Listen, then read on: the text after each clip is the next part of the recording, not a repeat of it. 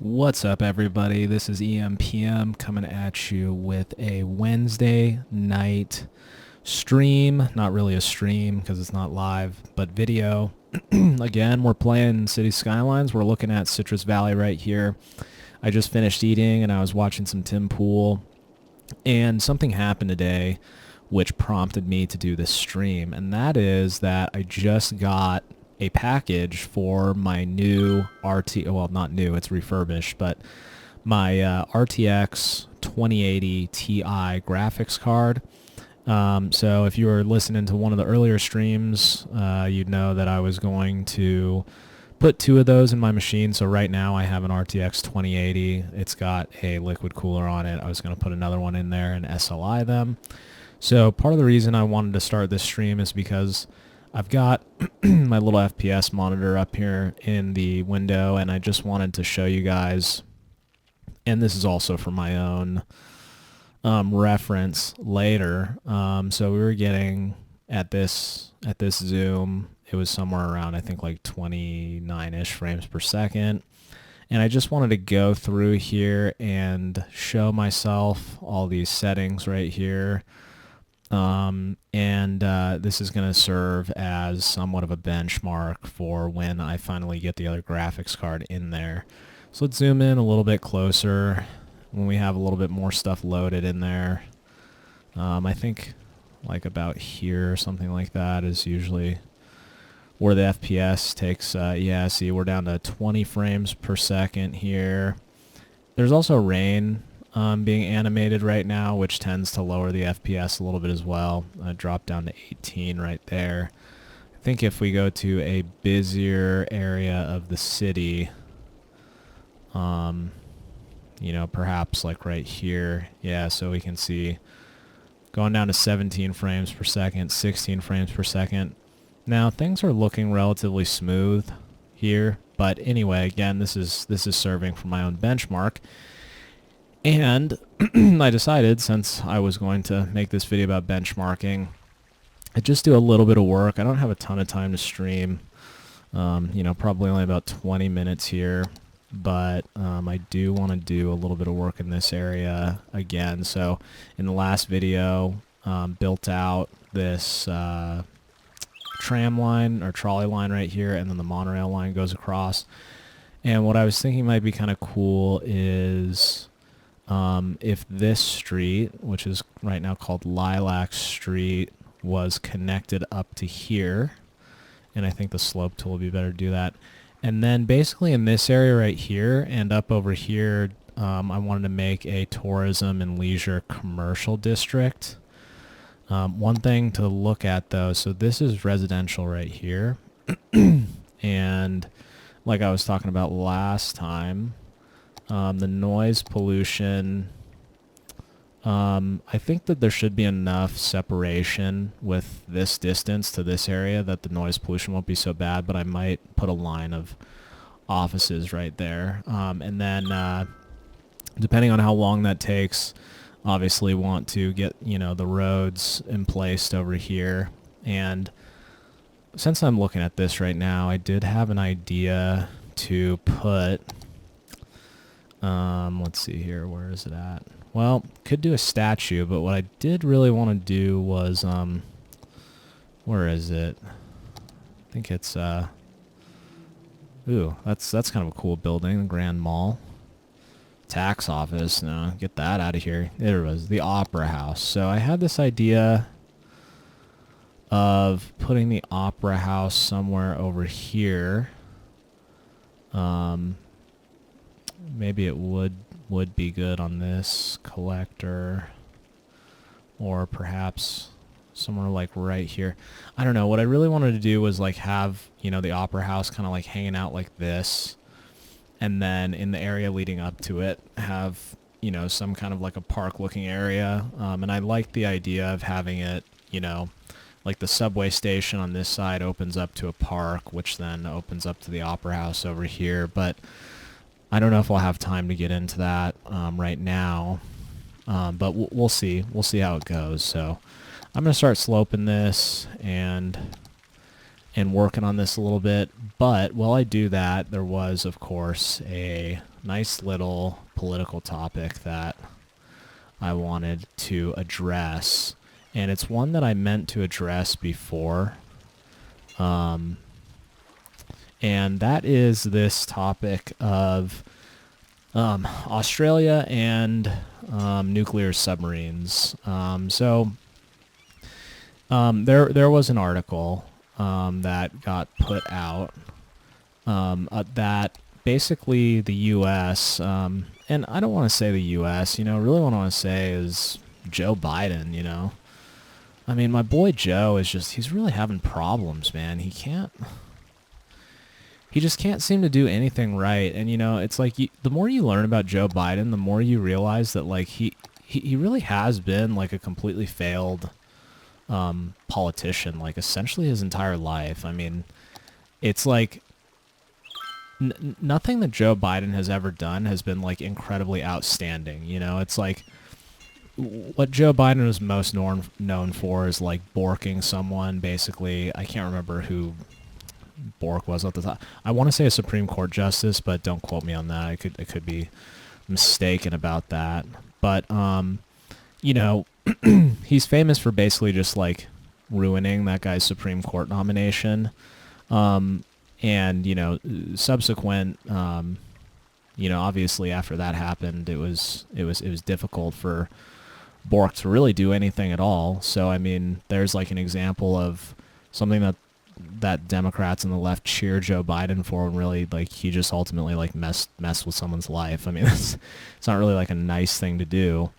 And then the other thing is he presided over these hearings for Justice Clarence Thomas, where it was very obvious that, at least to me, in my opinion, I should probably say, it was pretty obvious to me that Clarence Thomas, like, it was just one of these things where, again, somebody tried to pin, one of these, like, intimate relationship misconduct charges. I don't know if I'm allowed to say, SEX, UL, things on somebody. And it's like, Joe Biden's like sitting there in the hearing and he just starts talking about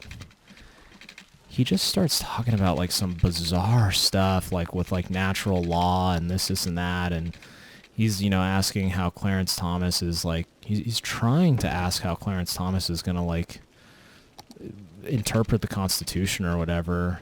And it's just like, it's completely incoherent, for one. And then on top of that, Joe is just like hoping and wishing that they can just, get this misconduct scandal put on Clarence Thomas. Anyway, so I got off on Joe Biden a little bit. What I really want to talk about is like, so Joe Biden just like completely ruined this relationship with, let's see here, just completely like ruined this relationship with France.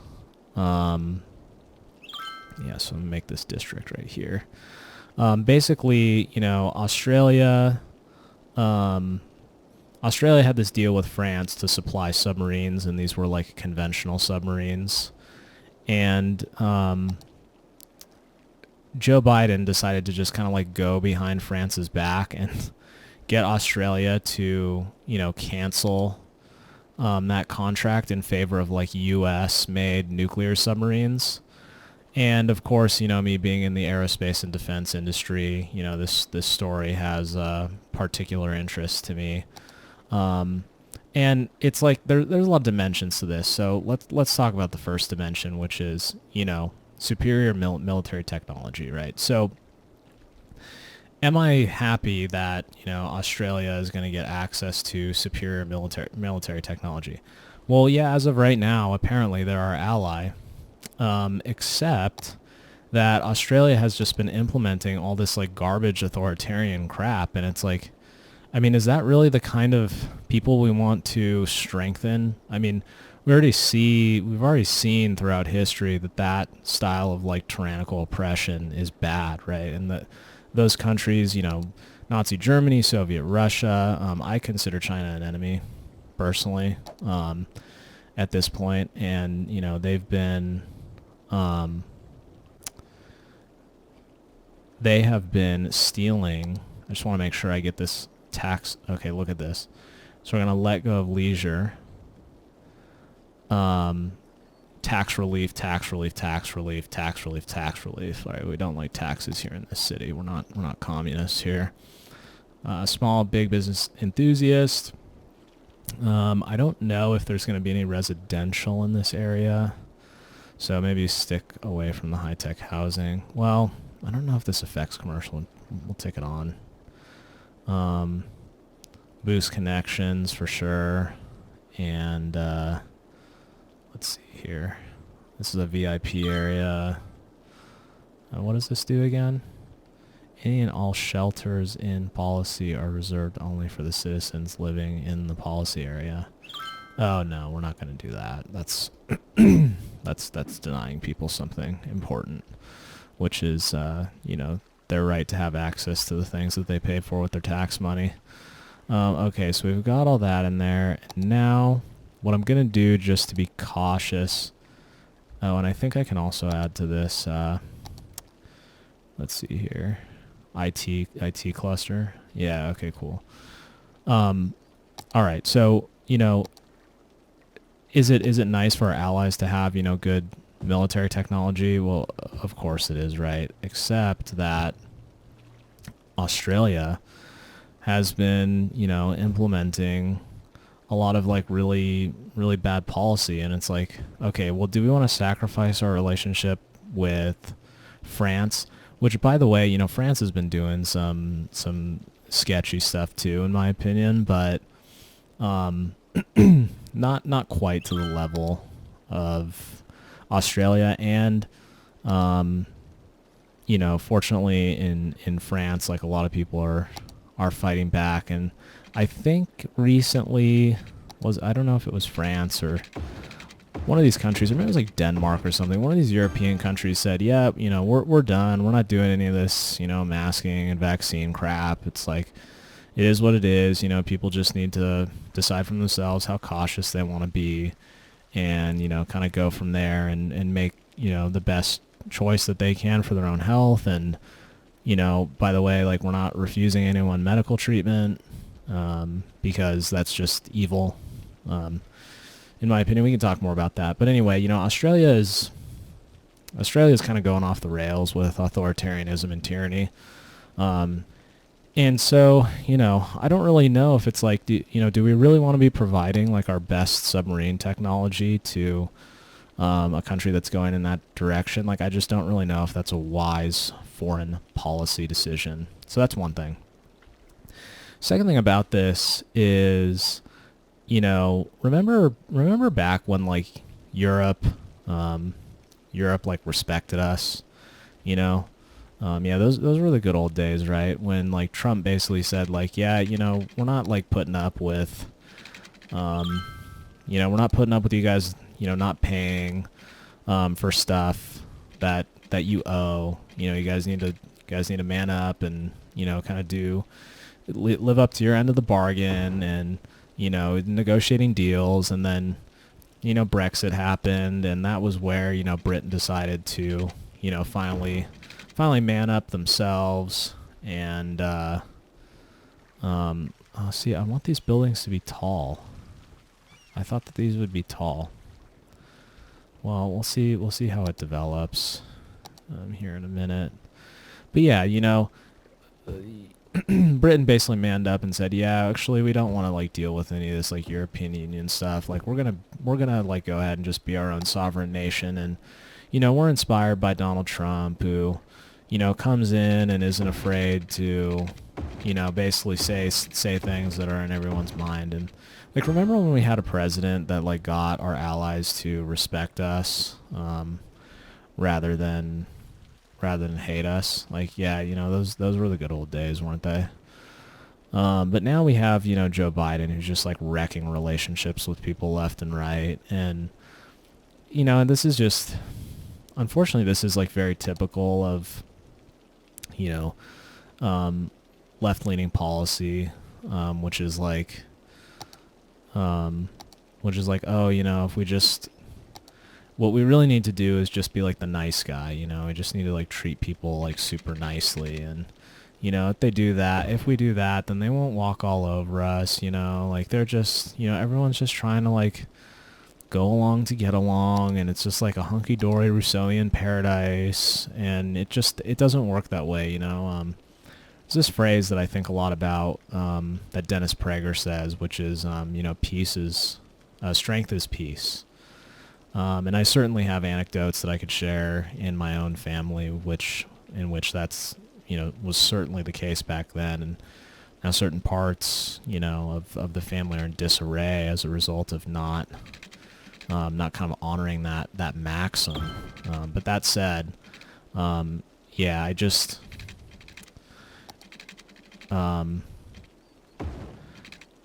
miss the good old days where, you know, we were respected by our allies, which we're not not really anymore.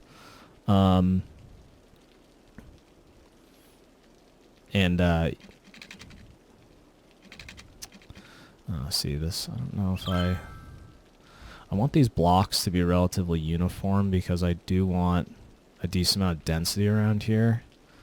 So here's this leisure area, and I think there needs to be like more offices over here. But this road network is going to get a little bit strange. I don't really want this to connect in to here, because this curve is really ugly, honestly. And I want to fix it, but I don't want these buildings to get demolished either. I'm just gonna leave it alone for now.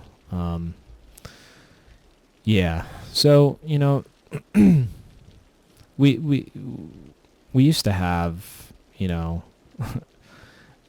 everybody talks smack about how, you know, Trump was like too hard on. I don't even know what they really talk smack about. It's like, we want America to be strong. You know, I don't understand why that's like such a bad thing. I don't like that. I don't like the way that looks. Like, I want this to be, maybe this is what I need to do, is like offset this where I want it to be. Not like that. Like, I want full density here. So, don't worry, this is gonna get cleaned up in a little bit. Actually, let's get rid of that for now so it doesn't look all weird. But yeah, you know, it's like, I don't know. I mean, I love this country, and I really don't like seeing it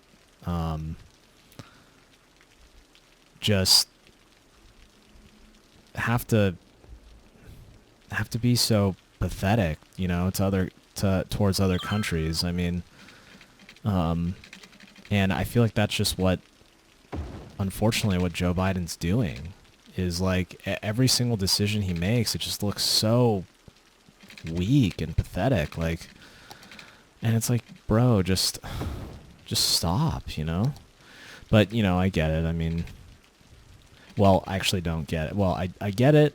I don't like it, which is that, you know, of course he's just trying to like do whatever he can to appease, you know, the base, because he knows that he's ultimately just like super unpopular.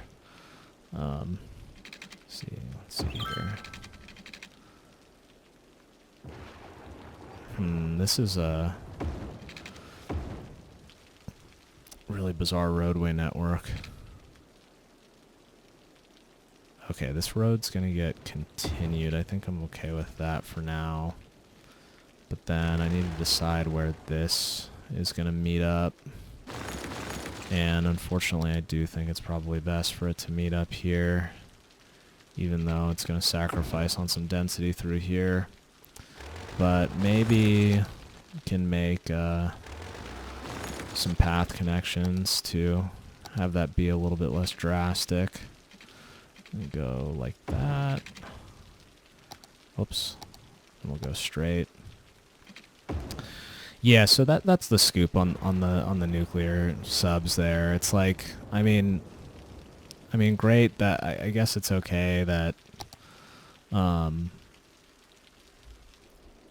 certain like allies getting better military technology, but like honestly, it's hard to tell if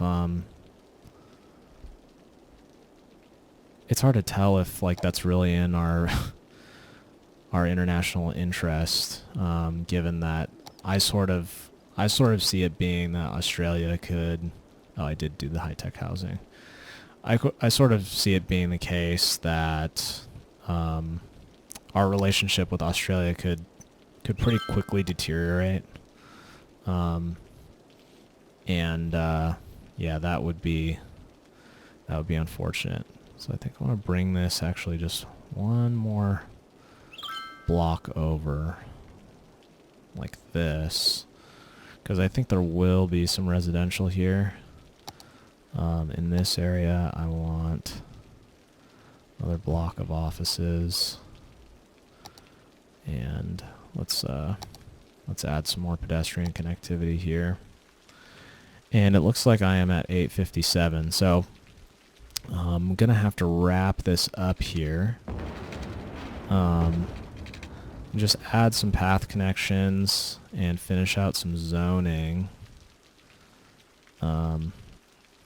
really fast, and then we're gonna hop off. But yeah, so I don't know. I mean, I guess like leave a comment below, like letting me know what your guys' thoughts are. I mean, is this like, do you guys think it's like really a big deal that the U.S. just is like trashing relationships with allies?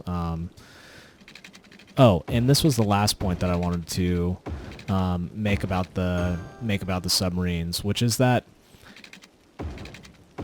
and this is a little bit complicated. It sucks that I kind of blanked on this throughout the rest of the video, but you know, there's plenty of, so obviously, you know, these submarines are big, you know, big ticket items, right? Like these are expensive pieces of equipment. You know, it's like aerospace and defense technology, I think, is, you know, the U.S.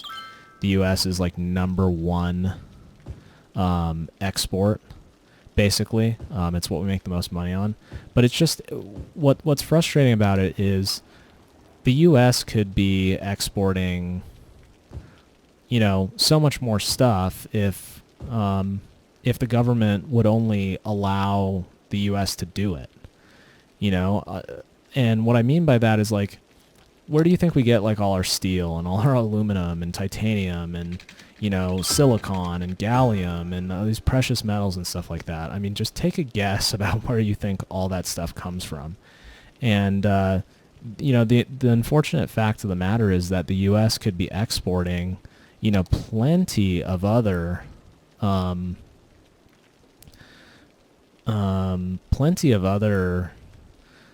products and technologies and things of that nature, but instead, you know, because it's a big government deal to try and do like big government stuff, actually don't want that there. This actually needs to be, because I think there's a lot of noise pollution. Oh yeah, look at all that noise pollution. We gotta buffer that with some office for sure. Although I am a little bit worried that these buildings are going to be extremely tall, and I did kind of want to taper it off. Oh yeah, and see how small these are? See, I think I need to put the self-sufficient buildings on here in order for these residential things to level up. Well, no, that's not necessarily true, because I don't think I have, like, this is a residence that's really big. Yeah, so there's plenty of other technology that the U.S. could be exporting, or products that we could be exporting, if it weren't for, you know, the fact that we have so many environmental regulations, and, you know, we have so many like labor regulations, and there needs to be, you know, I'm gonna make a whole nother video on basically how, you know, the U.S. could can like realistically compete with China. But what we're doing right now is certainly not the way.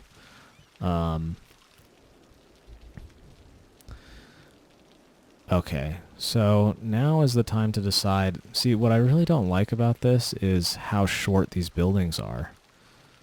I really wish that they were developing into something different. Maybe it's because I put the wrong commercial specialization. Oh, see, I want tourism specialization. Yeah, that's the problem right there. I think these buildings should change now that I put that. Yeah, see how they're disappearing? Yep, disappearing.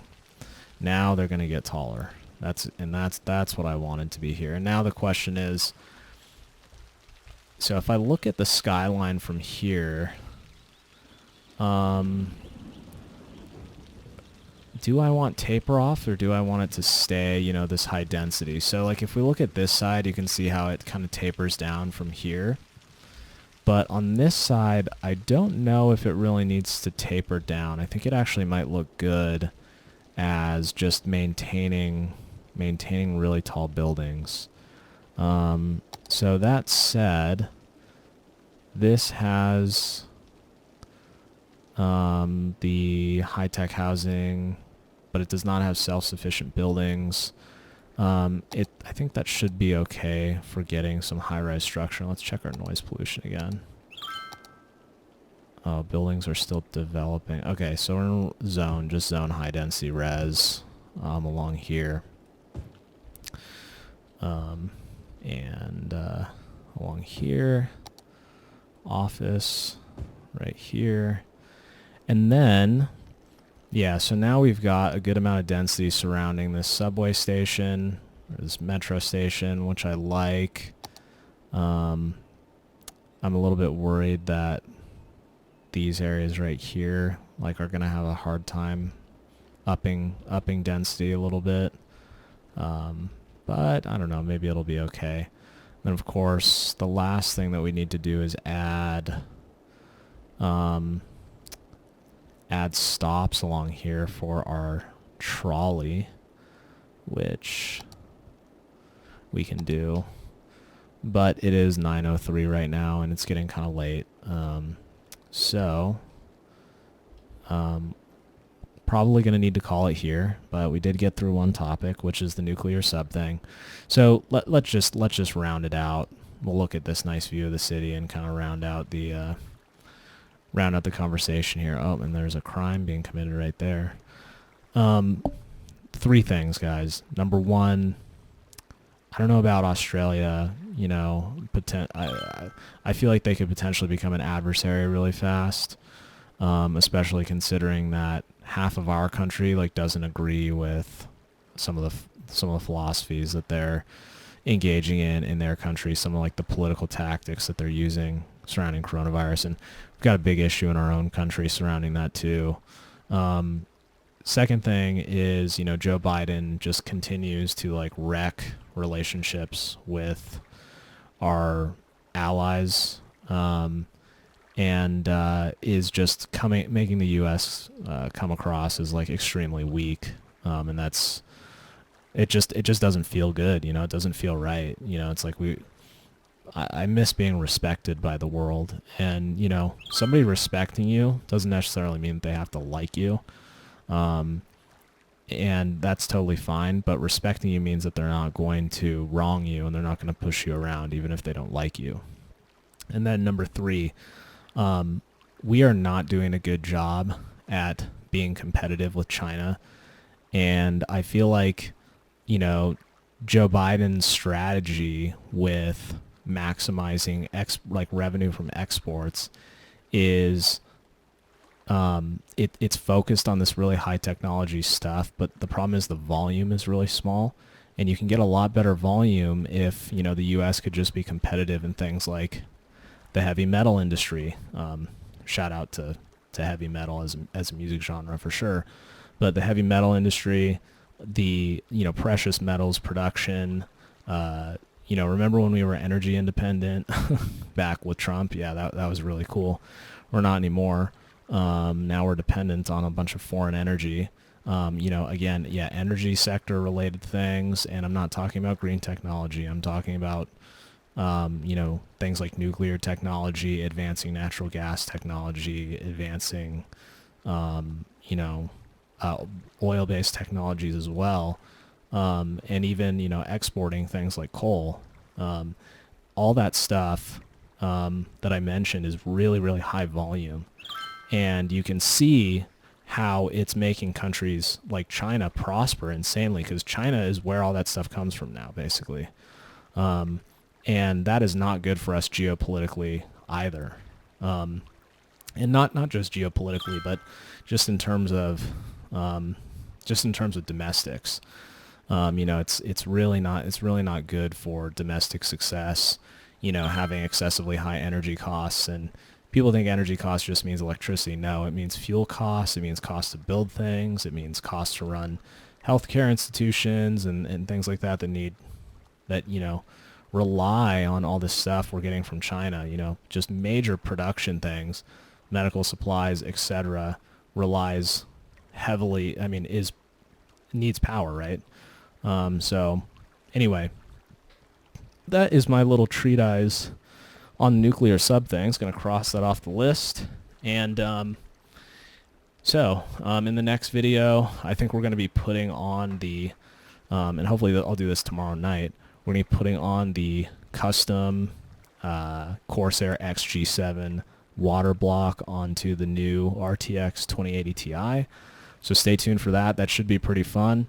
Should be a pretty straightforward process. I'll film the whole thing. And anyway, catch you guys in the next one. And just a plug for Tim Pool. You got to check out the Tim Pool podcast, you guys, because I'll say this about Tim. He is an incredibly intelligent person. He has a way of speaking and explaining things in a very culturally relevant way.